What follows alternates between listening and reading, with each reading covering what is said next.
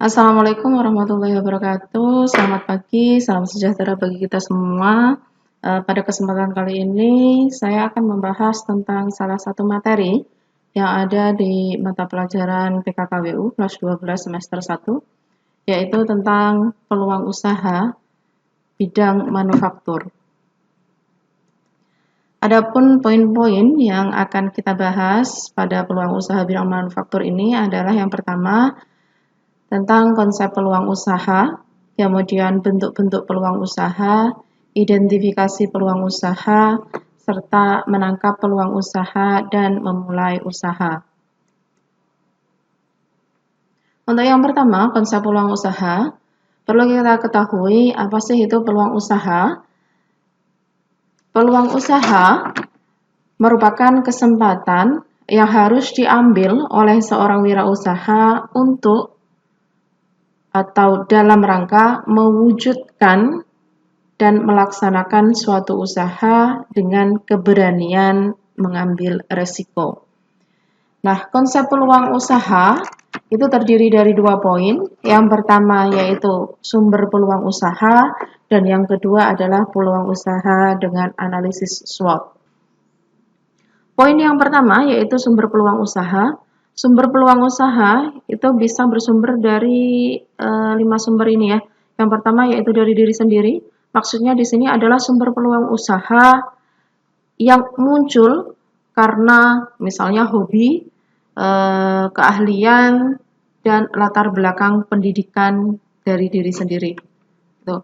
Contohnya misalnya kalau kita hobi masak, kita bisa membuka usaha yang berkaitan dengan masakan, atau kita bisa membuka usaha catering gitu. Kemudian sumber peluang usaha yang kedua yaitu bersumber dari lingkungan. Nah, peluang usaha yang bersumber dari lingkungan ini itu yang terinspirasi karena misalnya usaha orang tua ataupun karena kita mengunjungi suatu tempat, restoran ataupun tempat-tempat yang lain. Kemudian sumber peluang usaha yang dari perubahan yang terjadi. Ya, misalnya di sini adalah peluang usaha yang muncul karena misalnya perubahan keadaan. Contohnya kayak seperti ini ya. Karena perubahan global saat ini terkena wabah ya. Apa usaha yang muncul di sini? Peluang usaha yang muncul di sini kita bisa misalnya jualan masker, jualan face shield, jualan APD ataupun yang lainnya, gitu ya. Kemudian peluang usaha yang bisa terjadi lagi di perubahan yang terjadi yaitu saat perubahan musim, misalnya dari musim penghujan ke musim kemarau. Ya, kita bisa berjualan es di sana saat perubahan musim dari musim hujan ke musim kemarau. Ataupun sebaliknya, kita bisa jualan payung saat pergantian dari musim kemarau ke musim penghujan. Seperti itu ya. Kemudian sumber peluang usaha yang selanjutnya yaitu yang bersumber dari konsumen. Nah, ini peluang usaha yang muncul karena permintaan konsumen ataupun muncul dari keluhan-keluhan konsumen. Misalnya seperti ini nih, kita bisa mendapatkan peluang usaha karena ada keluhan, misalnya konsumen membeli suatu masker nih, maskernya kurang bagus atau seperti apa sih yang seharusnya diminati oleh konsumen, maskernya itu harus seperti apa. Nah, itu bisa menjadi peluang kita untuk berusaha di bidang permaskeran misalnya seperti itu. Gitu ya.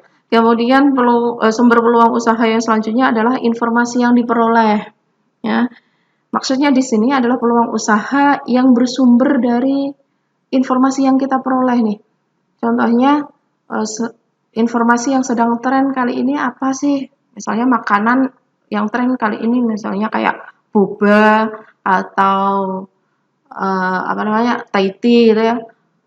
Itu merupakan tren-tren makanan anak muda sekarang. Nah, kita bisa menggunakan peluang itu, ya, peluang usaha itu untuk membuka usaha. Misalnya kita mau jualan boba atau apa dengan modal yang sedikit, kemudian desain penjualannya kaki 5 misalnya seperti itu.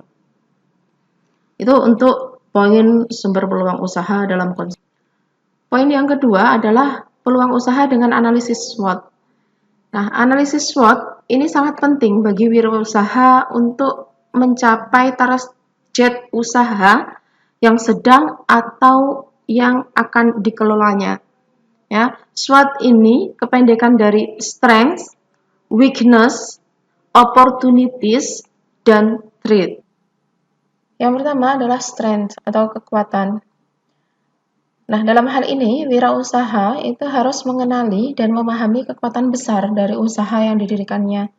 Nah, di sini wirausaha harus bisa menganalisis apa sih kelebihan dari usaha yang didirikannya, kemudian apa juga sih yang membuat usahanya itu lebih baik dari usaha orang lain, kemudian dia juga bisa menganalisis apa sih keunikan dari usaha yang didirikannya.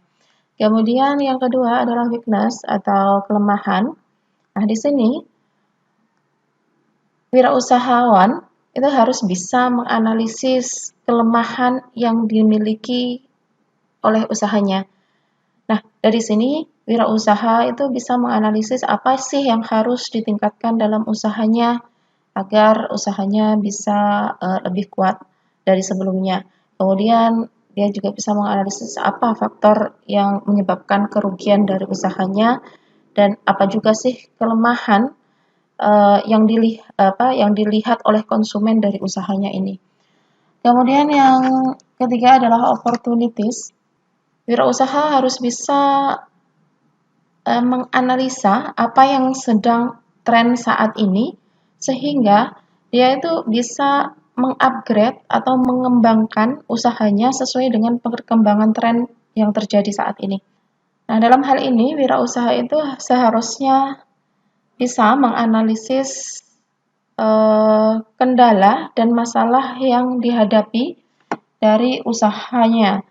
Kemudian dari sini juga dia bisa menganalisis apa sih solusi yang baik untuk menyelesaikan masalah-masalah atau ancaman-ancaman yang terjadi di dalam usahanya. Seperti itu. Suatu usaha yang berhasil itu dimulai dengan konsep atau gagasan yang baik. Konsep usaha yang baik itu sangat penting untuk menghindari kekecewaan di kemudian hari ataupun kerugian uang di masa mendatang. Nah, usaha manufaktur itu merupakan usaha yang bergerak dalam bidang pembuatan barang. Nah, contohnya yaitu pembuatan mebel, batu bara, kosmetik, ataupun jenis produk lainnya. Faktor yang bisa menjadi peluang usaha pada usaha manufaktur diantaranya adalah yang pertama produksinya efisien, tata letak pabriknya bagus, pasokan bahan-bahan bakunya efektif, produktivitasnya tinggi, produknya berkualitas tinggi, kemudian jumlah bahan yang terbuang sedikit. Yang selanjutnya adalah bentuk-bentuk peluang usaha. Nah, pembagian bentuk usaha berdasarkan bidang usahanya itu ada terbagi menjadi 5 bidang usaha. Yang pertama yaitu bidang usaha industri. Itu ada bentuk usahanya bisa industri besar, industri menengah, industri kecil. Kemudian bidang usaha pertambangan dan energi, bentuk-bentuk usahanya bisa dalam bidang perminyakan, batu bara, marmer, pasir, emas, perak, ataupun timah. Kemudian pada bidang usaha perdagangan, bentuk-bentuk usahanya yaitu perdagangan besar, perdagangan menengah, dan perdagangan kecil. Contohnya untuk perdagangan kecil adalah toko-toko kelontong, gitu ya. Kemudian bidang usaha pemberi jasa. Contoh bentuk usahanya adalah perbankan, misalnya asuransi.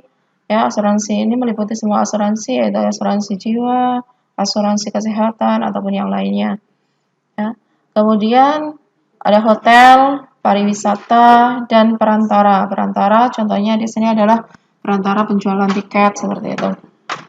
Kemudian pada bidang usaha agraris, bentuk usahanya bisa dalam bidang pertanian, kemudian perkebunan, peternakan, dan perikanan.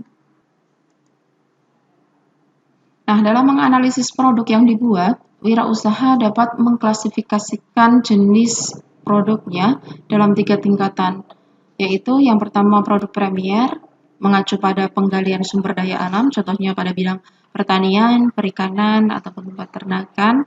Kemudian yang kedua adalah produk sekunder, mengacu pada pengolahan atau pemrosesan bahan baku menjadi produk jadi.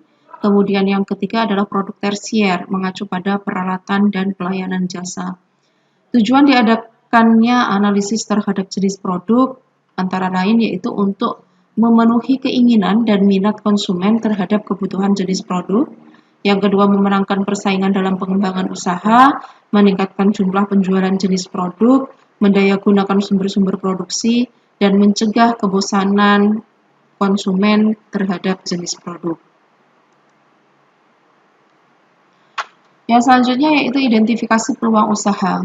Dalam mengidentifikasi peluang usaha, Paul Carlap mengemukakan sebuah rumusan yang mencakup 4 unsur yang harus dimiliki oleh seorang wirausaha agar mencapai kesuksesan dalam pekerjaannya, yaitu work hard atau kerja keras, enthusiasm atau kegairahan, kemudian work smart, kerja cerdas, dan service, layanan. Nah, identifikasi peluang usaha itu meliputi 2 poin ya. Yang pertama itu sumber ide awal pendirian usaha dan identifikasi serta evaluasi kesempatan investasi. Beberapa persyaratan mendasar untuk menentukan apakah sebuah ide bisnis baru adalah kesempatan investasi yang baik, diantaranya yaitu harus terdapat kebutuhan pasar yang ditentukan dengan jelas bagi barang atau jasa dan harus memiliki waktu yang tepat. Yang kedua, bisnis yang diinginkan harus dapat mencapai keuntungan bertahap yang kompetitif. Yang ketiga, harus ada kecocokan yang cukup baik antara wirausaha dan kesempatan. Yang keempat, yakinkan tidak ada kesalahan fatal dalam usaha tersebut. Yang selanjutnya adalah menangkap peluang usaha. Menangkap peluang usaha meliputi yang pertama, memulai usaha baru dalam dunia usaha. Alasan untuk memulai bisnis baru daripada membeli perusahaan yang sudah ada atau mempunyai sebuah franchise, yaitu yang pertama menampilkan penemuan terbaru atau terhadap barang ataupun jasa terbaru yang dikembangkan. Yang kedua, mengambil keuntungan dari lokasi, peralatan, produk atau layanan, pekerjaan, pemasok, dan bankir yang ideal. Yang ketiga, menghindari pendahuluan yang tidak diinginkan, kemudian kebijakan proses dan ikatan dari perusahaan yang terdahulu atau yang sudah ada. Kemudian poin yang kedua dalam menangkap peluang usaha yaitu membeli bisnis yang sudah ada.